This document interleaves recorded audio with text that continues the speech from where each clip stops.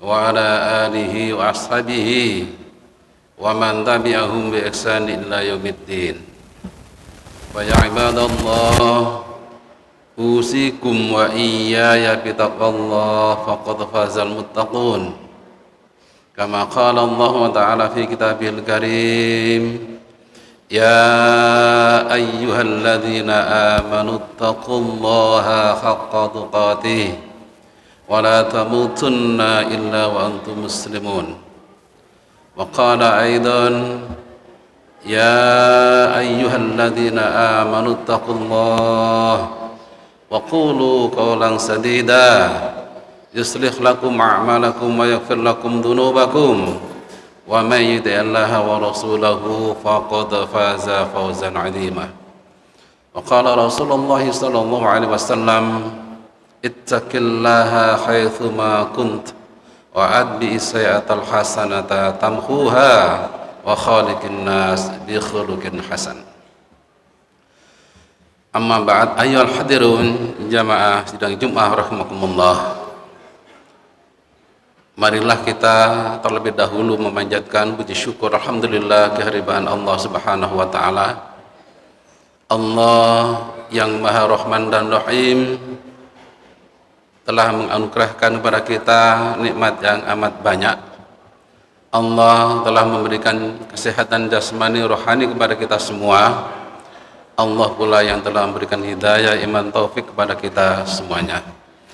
Marilah jamaah rahimakumullah, kita syukuri anugerah Allah itu. Kita syukuri Allah telah memberikan nikmat sehat kepada kita. Karena dengan sehat itu jamaah rahimakumullah, kita mampu berbuat, kita mampu beramal, kita mampu berprestasi dalam kehidupan ini karena kita dikarunia Allah nikmat sehat. Kita syukuri karunia Allah yang berupa nikmat spiritual, keimanan, ketakwaan yang ada di dalam jiwa kita. Itu adalah karunia Allah yang sangat luar biasa. Kalau kita dengan sehat jasmani rohani, mungkin kita bisa melakukan apa saja dalam kehidupan ini. Lalu kemudian dengan adanya iman dan takwa itu jamaah rahimakumullah, kita tidak bisa kemudian melakukan apa saja karena kita dikontrol oleh iman dan takwa kita. Kita mesti memilih daripada apa yang bisa dilakukan oleh orang. Kita harus memilih yang baik yang kita lakukan dan meninggalkan yang jelek yang harus kita tinggalkan, karena memang itulah yang tumbuh daripada nilai-nilai iman takwa yang merupakan anugerah Allah itu. Untuk itulah jamaah rahimakumullah, syukur sekali lagi alhamdulillah kita masih diberi oleh Allah nikmat iman takwa, dan mari kita tingkatkan. Mari kita berupaya memelihara nikmat Allah yang berupa nilai-nilai spiritual, keimanan, ketakwaan itu. Karena sesungguhnya jamaah rahimakumullah, nikmat yang mampu membawa diri kita itu dalam kemuliaan kehidupan, baik kehidupan dunia dan akhirat, adalah nilai keimanan dan ketakwaan. Inna akramakum indallahi atqakum. Sesungguhnya orang yang paling mulia di antara kalian adalah orang-orang yang paling bertakwa kepada Allah Subhanahu wa taala.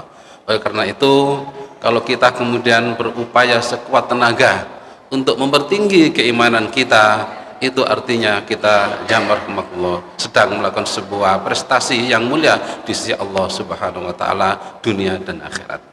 Hadirin jamaah rahimakumullah, marilah kita pada awal tahun ini bisa kita katakan demikian karena kita masih berada di lingkaran Ahad atau minggu yang kedua di bulan Januari 2024. Marilah kemudian kita mensyukuri karunia Allah, kita bisa bertemu dengan apa yang kita sebut dengan tahun baru, tahun 2024 ini, dengan harapan ke depan kita semakin baik.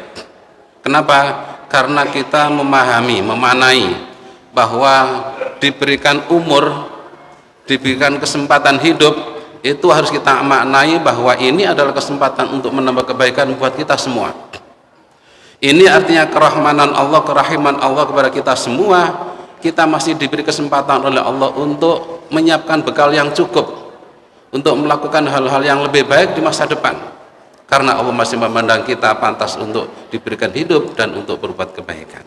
Oleh karena itu, jamaah rahimakumullah, mari kemudian kita memahami bahwa umur yang kita miliki sampai saat ini itu adalah diberikan oleh Allah Subhanahu wa taala. Itu adalah nikmat dari Allah Subhanahu wa taala. Kita harus yakin, seyakin-yakinnya bahwa Allah yang menciptakan kita, Allah pula yang menghidupkan kita, Allah juga yang mematikan kita. Jangan sampai ada di antara kita kemudian punya anggapan bahwa kita hidup itu adalah kehendak alam yang tidak jelas alam yang mana. Kita mati juga kehendak alam seperti orang-orang yang tidak punya akidah yang benar. Tetapi kita jelas, kita diciptakan oleh Allah, dihidupkan oleh Allah, dan dimatikan oleh Allah Subhanahu wa taala. Allah berfirman dalam Al-Qur'an, "Allahu khalaqakum tsumma yatawaffakum." Allah lah yang telah menghidupkan kamu sekalian, dan Allah pula yang telah mematikan kamu sekalian. Jadi hidup dan mati itu adalah hak prerogatif Allah Subhanahu wa taala kepada kita. Persoalan hidup bukan karena kita sehat, persoalan mati bukan karena kita sakit, tapi hidup dan mati adalah Allah yang menghendaki. Oleh karena itulah jamaah rahimakumullah, sekali lagi mari kemudian kita bersyukur kepada Allah kita bisa hidup sampai usia seperti ini, karena memang tidak semua orang, tidak semua manusia yang diciptakan Allah itu hidup pada sampai usia dewasa, bahkan sampai tua. Ada kalanya manusia itu dihidupkan sebentar baru kemudian diambil oleh Allah Subhanahu wa taala. Ada yang diberi kesempatan untuk hidup di kandungan tetapi tidak diberi kesempatan untuk hidup di alam dunia. Ada yang diberi kesempatan untuk hidup di dewasa, ada juga waktu kanak-kanak sudah diambil oleh Allah Subhanahu wa taala. Sebagaimana Allah sebutkan dalam Al-Qur'an, "Summa nukhrijukum tiflan, summa litabtughu asyuddakum, summa litablughu asyuddakum, wa minkum may yatawaffa wa minkum man yuraddu ila adzalil umur." Allah menyebutkan setelah manusia itu kemudian diproses di dalam kandungan, yang itu pun Allah yang menghendaki, tsumma nukhrijukum tiflan, lalu kemudian Allah melahirkan kamu, mengeluarkan kamu dari rahim ibumu itu sampai pada bentuk anak-anak bayi. Kemudian tsumma litablughu asyuddakum, kemudian Allah berangsur-angsur menjadikan kamu itu menjadi dewasa. Dalam kenyataan seperti itu. Tapi juga wa minkum may yutawaffa, ada di antara kalian itu yang dipanjangkan umurnya, ada yang diwafatkan, tapi juga wa minkum may yuraddu ilal adzalil umur. Tapi ada juga yang kemudian dipanjangkan oleh Allah sampai pada usia dewasa, tua, bahkan pikun. Jadi jamaah rahimakumullah, kita paham Allah yang mengeluarkan kita dari rahim ibu kita itu menjadi seorang anak bayi, lalu ada kemudian diberikan umur sampai dewasa. Ada pula yang ketika kecil masih diambil oleh Allah, tapi juga ada pula yang sampai kepada umur dewasa. Nah, insya Allah kita itulah yang sekarang berada di posisi kita dilahirkan oleh Allah dari anak-anak sampai kemudian insya Allah menjadi orang dewasa. Ini semua adalah karunia Allah yang diberikan pada kita semua. Nikmat Allah yang diberikan oleh Allah kepada kita semua. Nah, untuk itulah jamaah rahimakumullah, dengan mengakui semua ini adalah nikmat dari Allah Subhanahu wa taala, kita pun harus paham bahwa semua nikmat itu nanti juga akan ditanyakan oleh Allah Subhanahu wa taala. Umur yang panjang juga akan ditanyakan oleh Allah Subhanahu wa taala. Harta yang banyak juga ditanyakan oleh Allah Subhanahu wa taala. Kesempatan sehat kita pun dipertanyakan oleh Allah Subhanahu wa taala. Pendek seluruh kehidupan kita ini, pendek kata seluruh apa yang kemudian kita miliki, yang kita anggap, yang kita sebut itu adalah nikmat dari Allah, semua nanti akan ditanyai oleh Allah Subhanahu wa taala. Tsumma la tus'alunna yauma idzin 'anil na'im. Kemudian kamu pasti akan ditanya pada hari itu tentang kenikmatan yang diberikan Allah kepada kita semua. Nah, jamaah rahimakumullah, maka dari sini salah satu nikmat yang diberikan oleh Allah itu adalah umur kita, usia kita, kehidupan kita, kesehatan kita, itu adalah nikmat dari Allah. Dan Allah tegaskan setelah Allah memberikan nikmat kepada kita itu nanti akan dimintai pertanggungjawaban, ditanya oleh Allah tentang nikmat itu semua. Dalam sebuah hadis Rasulullah sallallahu alaihi wasallam pernah menyampaikan, la tazulu qadama 'abdin yaumal qiyamati hatta yus'al. Kemudian tidak beranjak kaki seorang hamba pada hari kiamat nanti sehingga ditanya tentang beberapa hal. Yang pertama adalah an umurihi fi ma'afnah, tentang umurnya di manakah dia habiskan, untuk apa umur itu dihabiskan. Wa an ilmihi fi ma fa'ala, dan tentang ilmunya dia gunakan untuk apa ilmu itu, kita diamalkan untuk apa ilmunya itu. Wa an malihi min aina tasabathu wa fima anfaqahu, tentang hartanya, dari mana dia itu mencari sumbernya, lalu kemudian wa fima anfaqahu, kemudian kemana harta benda itu diinfakkan, dibelanjakan. Jadi tentang harta benda ini, jamaah mal ini, Allah akan bertanya dua hal, yakni dari mana asal usul harta itu, halal atau haram, lalu kemudian digunakan untuk apa harta itu, untuk kebaikan atau untuk kemaksiatan. Yang berikutnya adalah wa an jismihi fima ablah, dan juga tentang jasadnya, tentang badannya, tentang kesehatan fisiknya, untuk apa kemudian dia gunakan sampai tua rentah. Nah, ini jamaah rahimakumullah penjelasan bahwa memang semua nikmat Allah yang kita terima itu nanti akan dimintai pertanggungjawaban oleh Allah Subhanahu wa taala. Oleh karena itulah jamaah rahimakumullah, maka kita perlu bijak dalam kehidupan ini untuk menggunakan umur kita. Jangan sampai kemudian umur yang diberikan oleh Allah dan kita senang dengan itu semua, lalu kemudian nanti kita dimintai pertanggungjawaban atas umur, kehidupan, kesehatan dan macam-macam, ditanya oleh Allah, lalu kemudian kita tidak memberikan jawaban yang benar sesuai dengan apa yang dimaui oleh Allah Subhanahu wa taala. Pada prinsipnya jamaah rahimakumullah, apapun yang diberikan oleh Allah kepada kita semua itu adalah untuk mendukung kita semua, sekali lagi sebagai sarana pendukung untuk diri kita semua untuk lebih taat pada Allah Subhanahu wa taala, menilik sebuah firman Allah, wa ma khalaqtul jinna wal insa illa liya'budun, tidaklah kuciptakan jin dan manusia itu adalah untuk beribadah. Apapun yang diberikan oleh Allah kepada kita itu adalah untuk mendukung agar kita itu benar-benar bisa beribadah dengan baik.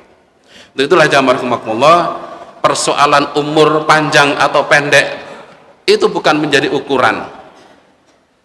Bukan berarti orang yang panjang mesti baik, orang yang panjang umurnya sampai ratusan tahun mesti baik, belum tentu. Orang yang pendek umurnya pasti jelek, bukan itu yang menjadi ukuran. Bukan panjang atau pendeknya sebuah hitungan umur, tetapi yang menjadi ukuran itu adalah kualitas amal masing-masing. Pernah Rasulullah SAW menjawab pertanyaan sahabat tentang, wahai Rasul, manakah manusia itu yang baik? Manusia yang terbaik itu seperti apa, wahai Rasul? Kemudian Nabi menjawab,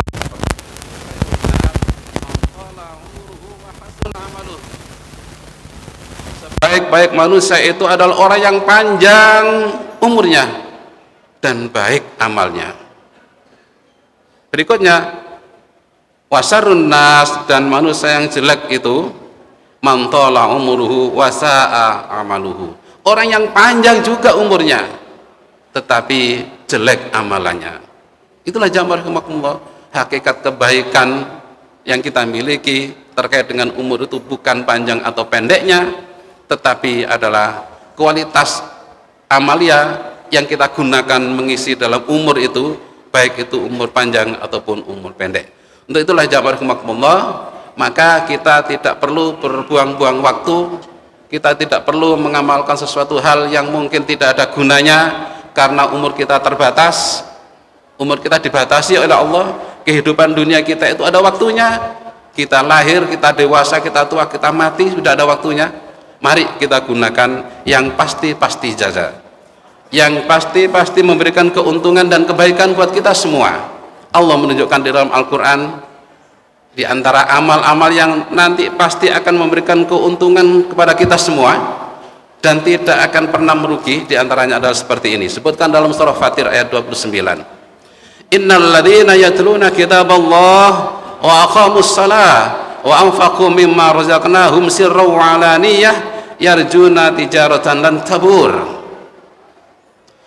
Orang-orang, yakni orang-orang yang membaca kitab Allah, yang selalu membaca kitab Allah, wa aqamus shalah, dan selalu menegakkan salat, wa anfaqu mimma razaqnahum, yakni orang-orang yang menginfakkan sebagian rezeki yang diberikan pada mereka, sirra wa alaniyah, dalam keadaan sir, sembunyi-sembunyi, wa alaniyah ataupun terang-terangan, yarjuna tijaratan lan tabur, mereka itulah yang mengharapkan perniagaan dari Allah yang tidak bakalan merugi, yang tidak akan pernah merugi, pasti beruntung. Tijaratan dan tabur, sebuah perniagaan, sebuah usaha, sebuah ikhtiar yang tidak akan pernah merugi. Tiga hal inilah jamaah rahimakumullah yang pada saat ini kita harus renungkan, bahwa Allah memberikan nasihat kepada kita melalui firman-Nya, bahwa orang-orang yang membaca Al-Quran, kitab Allah, adalah merupakan pedoman buat kita semuanya, merupakan marji terhadap kemudian amalia-amalia kita, merupakan referensi daripada perbuatan-perbuatan kita. Kalau kemudian kita dekat dengan Al-Quran, mempelajari Al-Quran, dan itu sebagai referensi amalia kita, pasti amalia kita akan benar.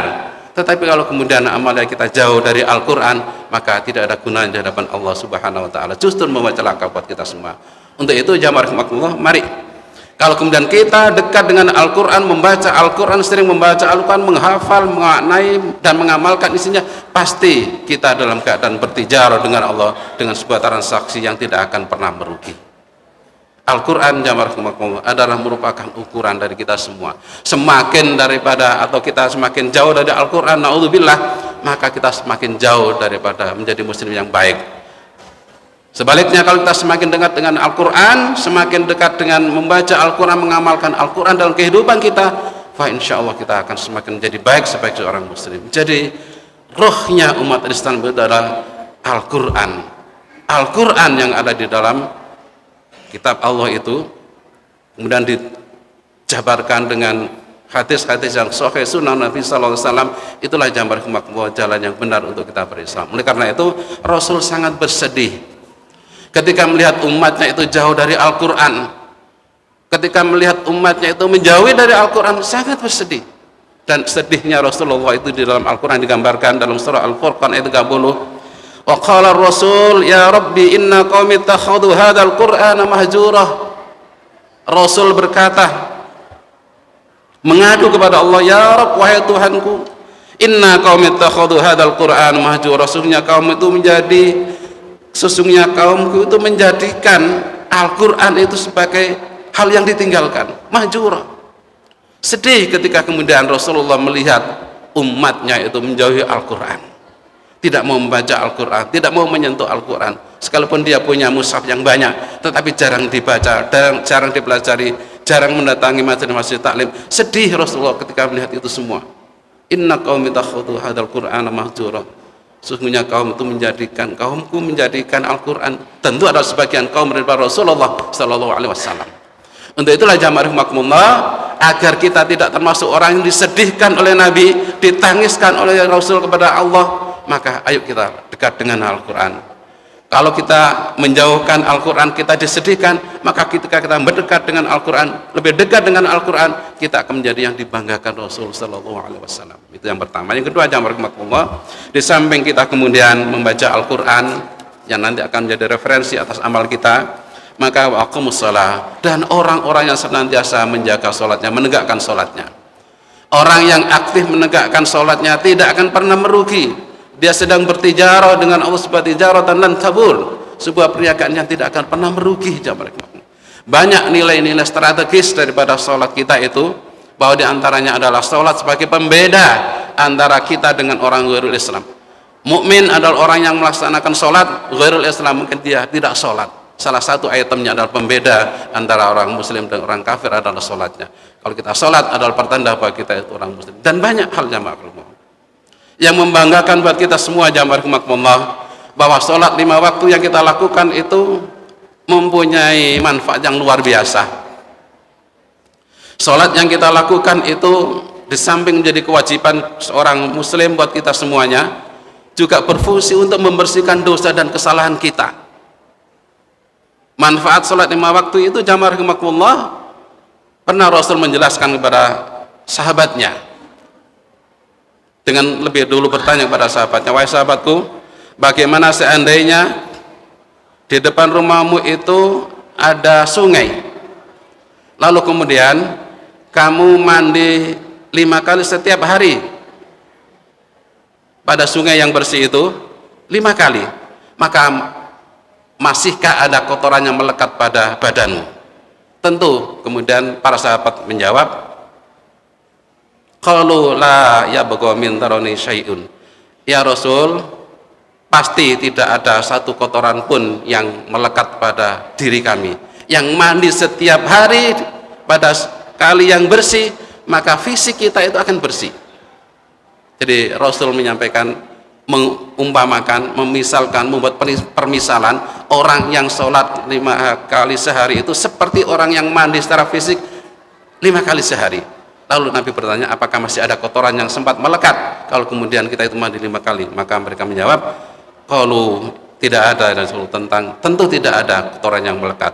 Qala, maka Nabi menyampaikan, fadzalika mathalu shalawatil khams, itulah perumpamaan salat yang 5 waktu itu, yamhullahu bihinal khotoya, akan membersihkan dosa-dosamu, dirimu dari kesalahan-kesalahan, dosa-dosa itu. Nah, itulah jamaah rahimakumullah, manfaat yang luar biasa buat kita semua, bahwa salat 5 waktu itu adalah sebagai pembersih dosa. Kita sekarang salat duhur, kita diampuni oleh Allah Subhanahu wa taala dosa-dosa kita dari pagi sampai duhur ini.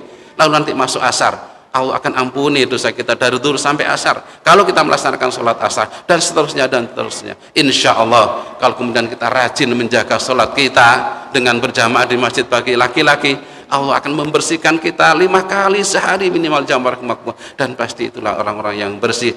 Dan tentu inilah yang membuat kita kemudian yakin bahwa kita akan menjadi orang yang tidak pernah merugi, karena kita melakukan salat artinya kita dibersihkan oleh Allah Subhanahu wa taala dosa-dosa kita 5 kali sehari. Yang terakhir jamaah rahimakumullah, yakni wa anfaqu mimma razaqnahum, yakni orang-orang yang kemudian rela menginfakkan sebagian rezekinya itu di jalan Allah untuk kebaikan, untuk perjuangan Islam, untuk amal-amal ibadah. Orang ini sedang melakukan tijarah dengan Allah dengan harapan tijaratan lan tabur, dengan perdagangan perniagaan yang tidak akan pernah merugi. Kenapa jamaah rahimakumullah? Orang-orang yang berinfak dan sedekah di jalan Allah itu ibarat orang yang menanam 1 biji, kemudian dari 1 biji itu tumbuh 7 bulir, dan dari 7 bulir itu tumbuh 100 biji. Nah, itulah perumpamaan Allah melipat gandakan pahala kebaikan itu. Dari 1 kebaikan menjadi 7 dikalikan 100 buahnya menjadi 700, luar biasa. Oleh karenanya layak kemudian amal ibadah yang benar, infak dan sedekah ini kita lakukan sebagai jaminan bahwa kita dalam hidup ini melakukan hal-hal yang pasti, bijak dalam menggunakan umur. Ketika diberi harta, sebagian kita infakkan di jalan Allah, pasti kita tidak akan pernah merugi. Aqulu qauli hadza fastaghfirullaha wa lakum fastaghfiruh innahu huwal ghafurur rahim.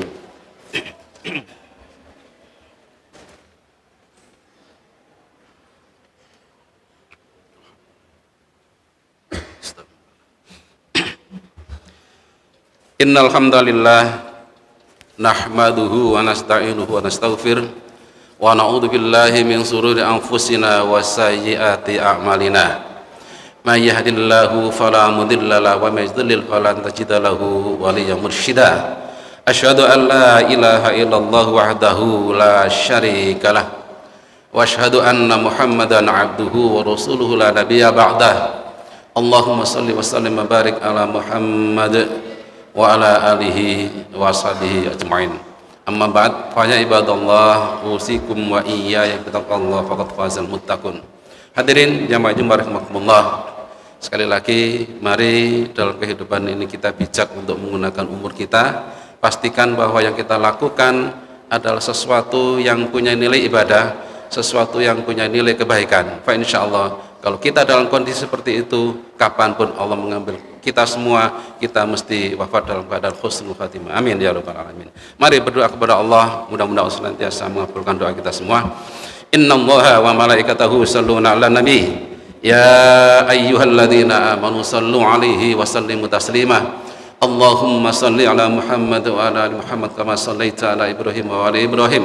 وبارك على محمد وعلى آل محمد كما باركت على إبراهيم وعلى إبراهيم إنك حميد مجيد اللهم اغفر للمؤمنين والمؤمنات والمسلمين والمسلمات الأحياء منهم والأموات إنك سميع قريب مجيب الدعوات وقضاء الحاجات ربنا لا تزغ قلوبنا بعد إذ هديتنا وهب لنا من لدنك رحمة إنك أنت الوهاب اللهم انصر إخواننا المسلمين والمجاهدين في فلسطين اللهم انصر إخواننا المسلمين والمجاهدين في فلسطين اللهم انصر إخواننا المسلمين والمجاهدين في فلسطين اللهم ادفع عنا البلاء والوباء والزلازل والمحن والفتن ما ظهر منها وما بطن عن بلدنا إندونيسيا خاصة وسائر البلدان المسلمين عامة يا رب العالمين ربنا آتنا في الدنيا حسنة وفي الآخرة حسنة وقنا عذاب النار الحمد لله رب العالمين